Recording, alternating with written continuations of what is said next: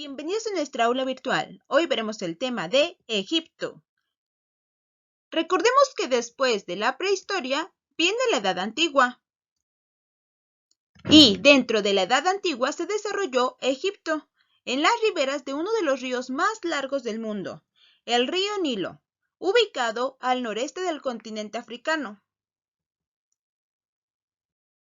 El agua fue fundamental para que se desarrollara la agricultura, y esa fue la principal razón por la cual los nómadas se volvieron sedentarios.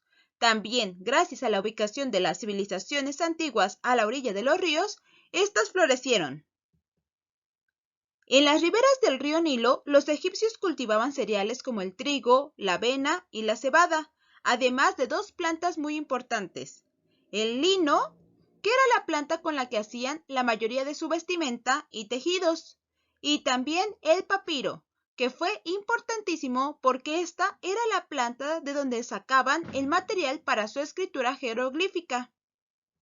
La civilización de Egipto fue una cultura muy marcada por su agricultura. Como ejemplo de ello son los cultos y las divinidades, relacionadas con la fecundidad de la vegetación y la fertilidad de la tierra. Por lo tanto, al creer en varios dioses, tenían una religión politeísta. Gracias a la existencia de un gran río, ellos buscaron cómo abastecerla en todo su lugar de origen. Los egipcios entonces construyeron diques que funcionaban como represas para embalsar el agua y luego la conducían por canales que eran acequias y acueductos que desaguaban en el desierto, donde ellos vivían. Durante el otoño, cuando se producían las grandes lluvias, llenaban los canales de agua y luego cerraban los diques para evitar que saliera. En el resto del año, estos canales llenos provenían de agua a los cultivos de trigo, verduras y flores. Las acequias pueden desviar el agua de un río hacia un molino de granos. La caída del agua genera energía para mover las ruedas del molino. Se trata entonces de una energía hidráulica. Los egipcios creían en la resurrección de los cuerpos después de la muerte, por eso momificaban a sus difuntos.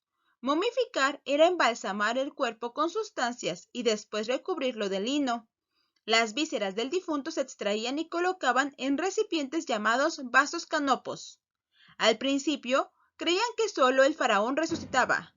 Luego resucitaban todos los que podían costearse una tumba. Finalmente acabaron creyendo que resucitaban todos. Según su mitología, después de la muerte, el dios Anubis acompañaba al alma del difunto, que debía enfrentarse al juicio de Osiris. Pero para ellos, los toros y las vacas los relacionaban con la realeza. Además, respetaban mucho a los gatos, los cocodrilos y las aves de caza como las águilas y los halcones. Incluso los momificaban, igual que a las personas. Otras actividades económicas que desarrollaron fueron la cerámica, la metalurgia, el trabajo de la madera y la navegación por el río Nilo, lo que les permitió intercambiar mercancías con otros pueblos y culturas. Hablemos ahora de la escritura. Los jeroglíficos fueron un sistema de escritura inventado por los antiguos egipcios hacia el 3200 a.C.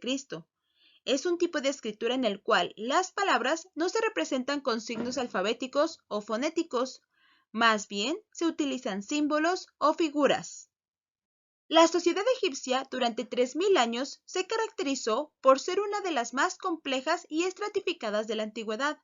La unidad básica de la sociedad egipcia era la familia, y la estructura estatal era encabezada por el faraón, eje central de la vida tanto política como religiosa de los egipcios.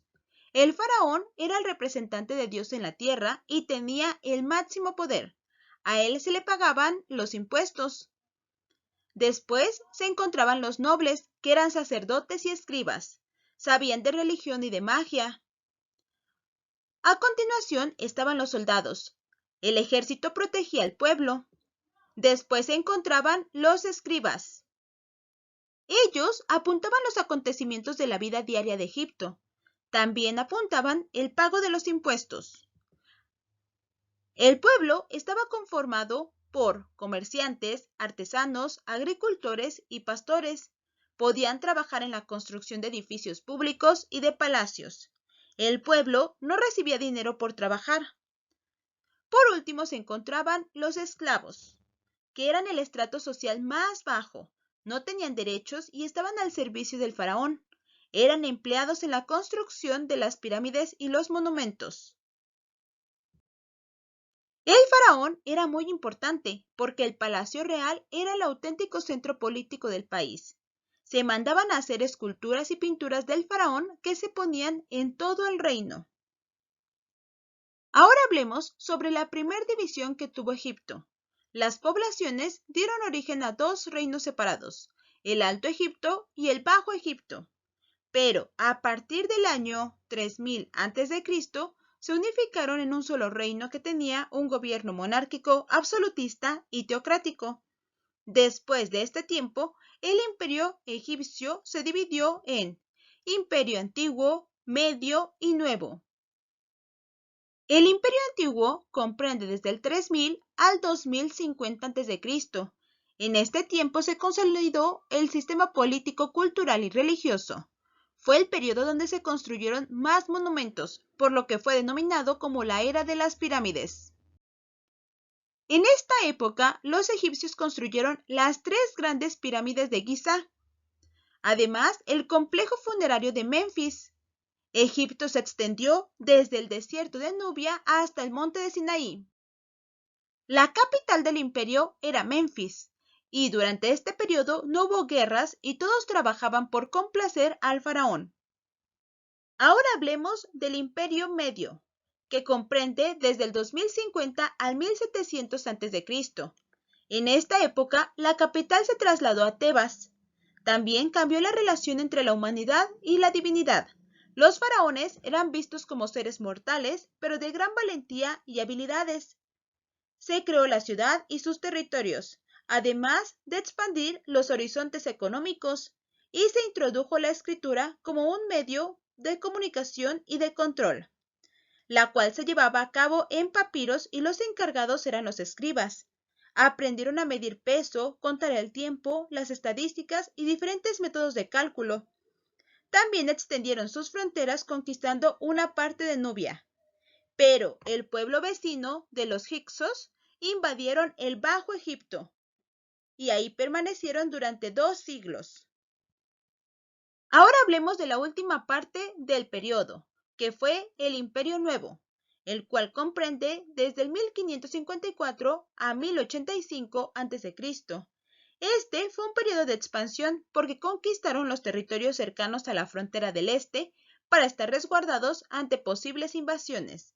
El ejército luchó contra los hititas por el control de lo que hoy es Siria, y de ese modo lograron un mayor alcance territorial. Con la expulsión de los hicsos, Tebas se volvió a instituir como la capital de Egipto. Dentro de los faraones más importantes de este periodo se encuentran Ramsés II y Tutankamón. Además, en esta época desarrollaron aún más la educación, el arte y la política. A pesar de que en otros momentos Egipto sufrió invasiones y ataques, hacia el año 525 todo cambió, ya que en esa fecha los persas lo conquistaron. Con la llegada de los persas, la civilización egipcia comenzó un lento declinar. Su independencia política terminó y así fue como el Valle del Nilo se integró como provincia dentro del Estado universal que establecieron los persas en el Próximo Oriente. Pese a un breve lapso en el que se recuperó la independencia, los persas volvieron a dominar Egipto hasta el año 332 a.C. Alejandro Magno llegó, lo que supuso la definitiva incorporación de Egipto al mundo grecorromano. Dentro de las aportaciones egipcias más importantes tenemos el calendario solar, el cual constaba de 365 días y dividido en 12 meses, con 30 días cada uno. Respecto a la literatura, encontramos mitos, fábulas, cuentos populares, proverbios, oraciones y rituales. Uno de sus libros más importantes fue el Libro de los Muertos. Respecto a la anatomía, gracias a la momificación que realizaban, podían ver las partes del cuerpo y asociarlas con enfermedades. También fueron muy importantes porque fabricaron barcos para recorrer el Nilo. Espero que te haya servido mucho este video y hayas aprendido más sobre la cultura egipcia.